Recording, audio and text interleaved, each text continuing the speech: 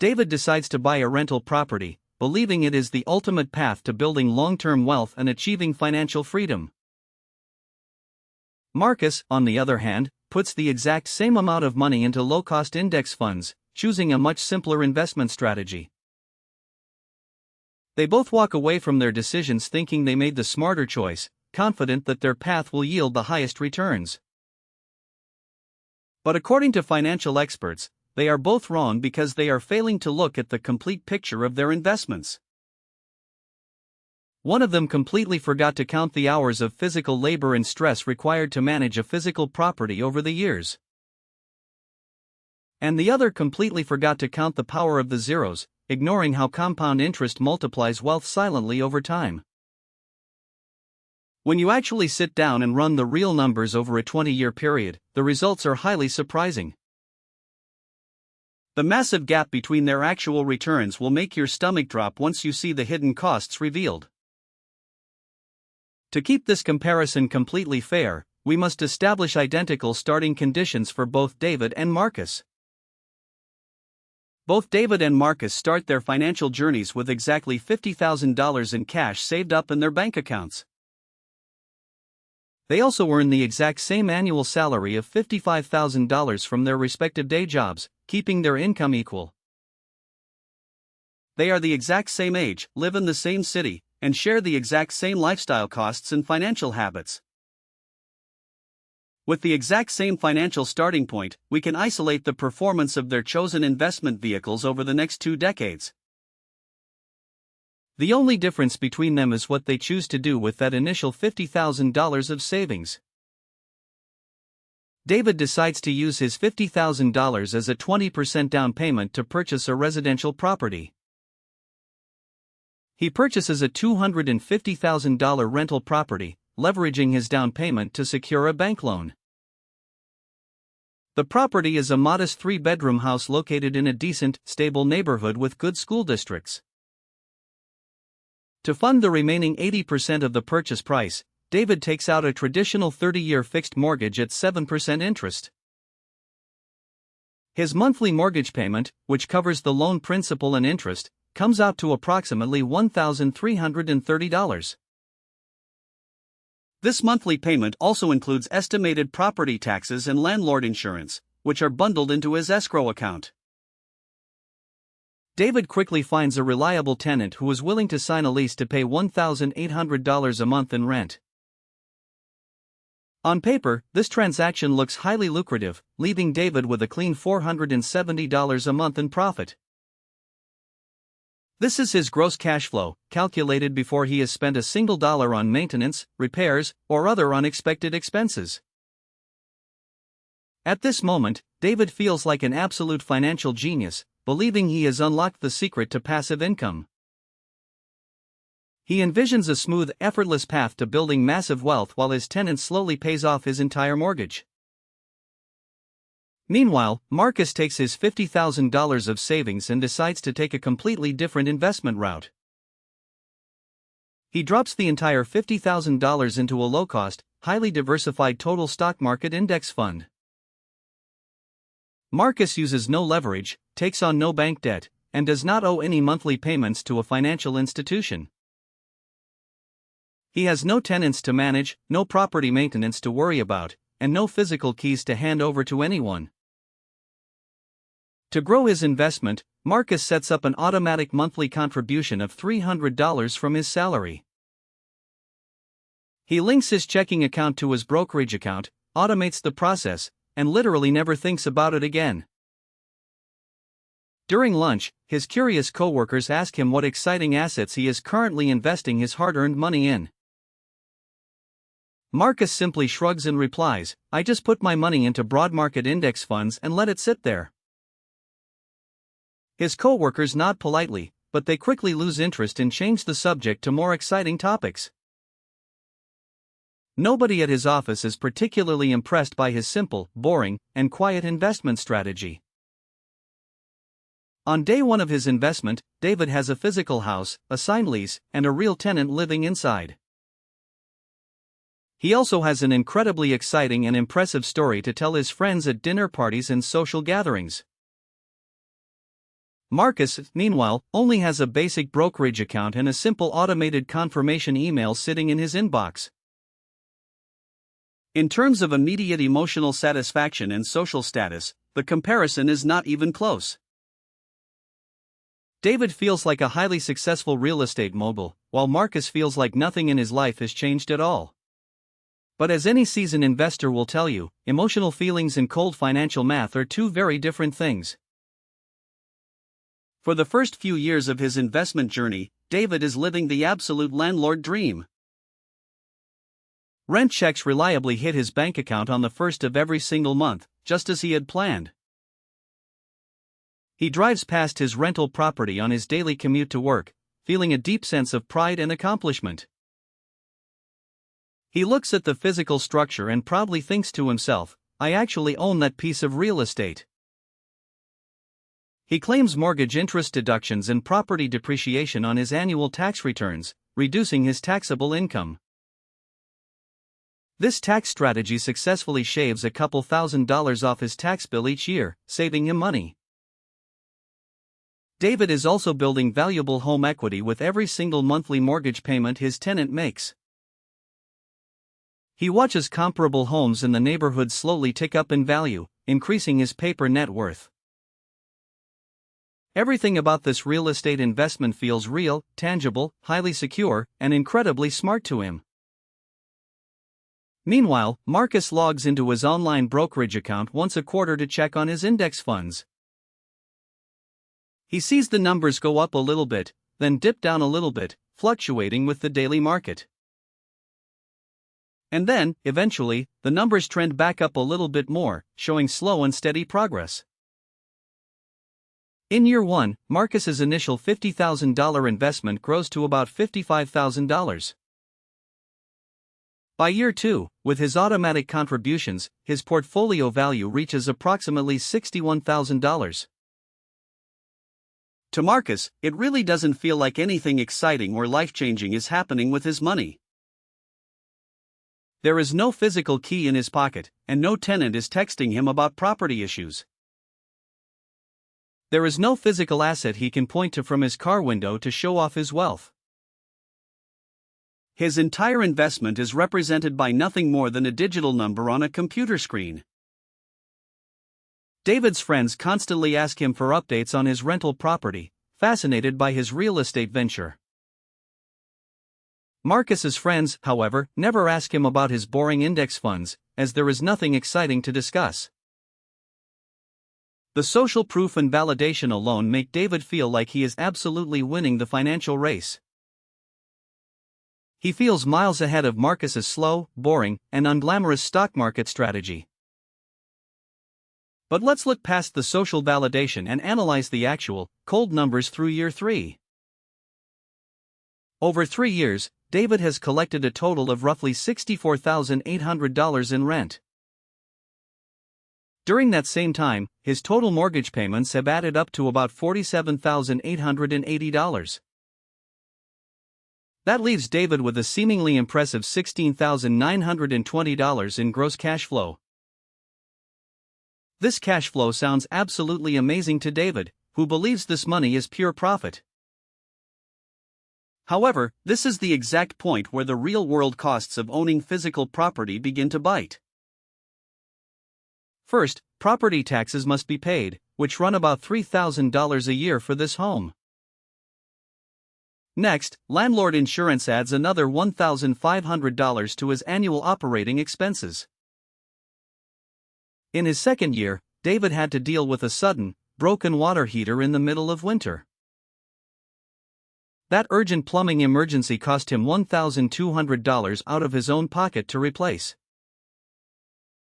Then, a major roof leak developed during a heavy storm, requiring immediate professional repair.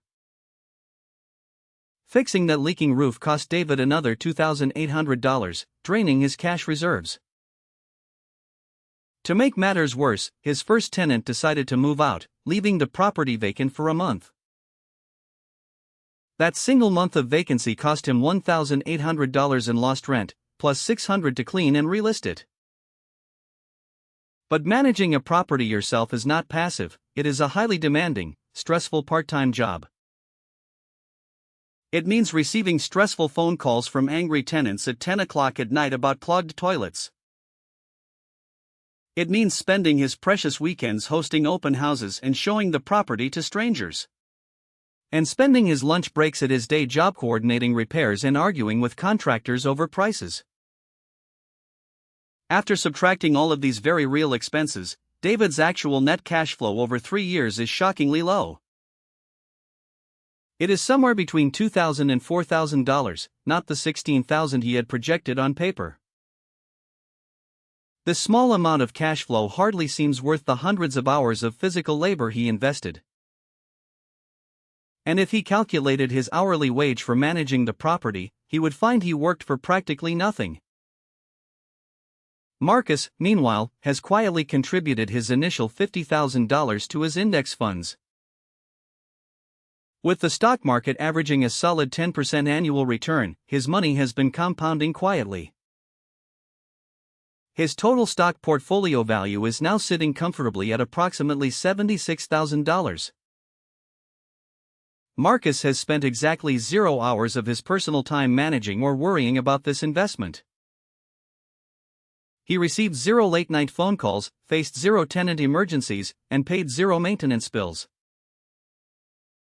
But David still has one massive financial advantage working in his favor: the power of leverage. His $250,000 property has been slowly appreciating in value over the years. With a modest appreciation rate of 3 to 4% per year, the property's market value has grown. The physical house is now worth somewhere between $270,000 and $280,000. His total equity, the difference between the home's value and what he owes, has grown to roughly $60,000. This is real, substantial wealth that was built largely by using the bank's money to control a large asset. That is the undeniable, powerful magic of financial leverage in real estate investing. It is a unique advantage that stock market investors simply cannot easily replicate with index funds. The monthly rent check is the flashy number that absolutely everyone in the investing world loves to talk about. And the number your landlord buddy brags about while standing next to the grill at a summer barbecue. What absolutely nobody talks about is the long list of expenses that drain that rent check before you keep any of it. Let's look at vacancy. The average rental property sits completely empty for about 1 month out of every single year. That is not a complete disaster, but it represents a full month of mortgage payments with absolutely 0 income to cover it. David must cover that entire mortgage payment out of his own personal salary, straining his monthly budget. And when a tenant leaves, you have to pay for professional cleaning, minor repairs, and fresh paint. You also spend your own valuable time listing the property, hosting showings, and screening new applicants. Then there is the ongoing cost of maintenance and repairs, which is a constant drain on rental profits. The general rule of thumb is to budget 1 to 2% of the property's total value every year for maintenance. On a $250,000 house, that means setting aside $2,500 to $5,000 annually. Some years you get lucky, and it's just a simple $200 faucet repair or a minor leak. Other years, it is a massive $7,000 air conditioning replacement that you absolutely did not see coming. And you cannot postpone these major repairs when your tenant is threatening to break the lease because it's August. These are what real estate investors call capital expenditures, or CapEx, the big, inevitable replacement costs. Roofs last 20 years, furnaces last 15 years, and water heaters last about 10 to 12 years. These are guaranteed future costs, and they always arrive in massive chunks of $5,000 to $15,000. If you are not actively setting aside money every single month for these future costs, you are not running a business. You are simply running on pure luck, hoping that nothing major breaks while you own the property. If David decides to hire a professional property manager to handle the stress, that will cost him 8 to 10% of the rent. That is another $150 to $180 gone from his monthly cash flow immediately. If he manages it himself, he is working an unpaid part-time job that drains his free time and energy. Either way, managing a physical asset costs you real time or real money. There is no such thing as truly passive real estate. And then there is the one major risk that real estate influencers absolutely hate to discuss: bad tenants. A tenant who suddenly stops paying rent and knows how to exploit the eviction process can stay in your house for months. This can easily cost you 3 to 6 months of lost rent, plus thousands of dollars in expensive legal fees. That single nightmare event can completely erase an entire year's worth of rental profit, or even more. None of these very real risks ever show up in the neat $470 a month cash flow projection. By year 5, David is fully immersed in the exhausting reality of being a hands-on landlord. He is already on his third tenant, having dealt with multiple stressful turnovers and vacancy periods. He has replaced the entire roof for $8,500 and paid $1,400 for a major plumbing disaster. He raised the rent to $1,950, but his property taxes and insurance premiums rose significantly too. His actual cash-on-cash return, the actual money he pockets relative to his initial investment, is hovering around 3 to 5%. This is a decent return, but it is far below the 15 to 20% return he proudly boasted about at barbecues. Marcus, meanwhile, is still doing absolutely nothing but letting his automated index fund contributions run. By year 7, Marcus's stock portfolio has grown to somewhere between $135,000 and $150,000. He didn't have to research individual stocks, analyze complex financial statements, or try to time the market. He simply set up his automated system, stayed disciplined, and let compound interest do all the heavy lifting. The power of compound growth is now starting to rapidly and visibly accelerate in his portfolio. The gains on his gains are now generating more new wealth each year than his actual monthly contributions. Let's pull back the curtain and look at what is happening underneath the surface of both investments. David's wealth is growing, but it is growing slowly after subtracting all of his heavy real-world expenses. Marcus's wealth is growing in a beautiful, uninterrupted exponential curve, requiring absolutely zero physical effort. Compounding is incredibly boring for the first 5 years, but it becomes absolutely astonishing for the next 15. By year 10, David's rental property has appreciated significantly, now worth around $350,000. His remaining mortgage balance has been paid down by his tenants to about $166,000. This puts David's total home equity at approximately $170,000 to $184,000. However, over those 10 years, David has spent roughly $30,000 out of pocket on maintenance and capital repairs. Marcus's index fund portfolio is now worth a solid $180,000, matching David's equity. Marcus contributed $86,000 total over 10 years. The remaining $94,000 is pure, automated compound growth. At the 10-year mark, their total net worth is surprisingly close, but their experiences were completely different. David worked incredibly hard for his wealth, while Marcus simply set up his system and waited patiently. David took on hundreds of thousands of dollars in debt and concentrated his entire investment risk in a single physical property.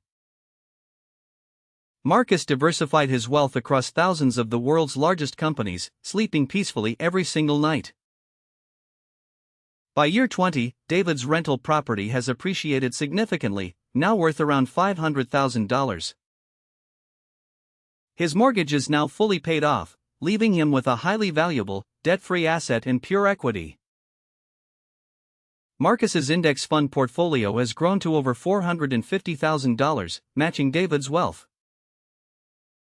He achieved this massive wealth with zero debt, zero tenants, and zero late-night property emergencies. Both investors reached a highly successful financial destination, but they took completely different roads to get there. The real trap is choosing an investment strategy based on social media hype or dinner party stories alone. Always sit down, run your own numbers, and choose the path that truly fits your lifestyle and financial goals.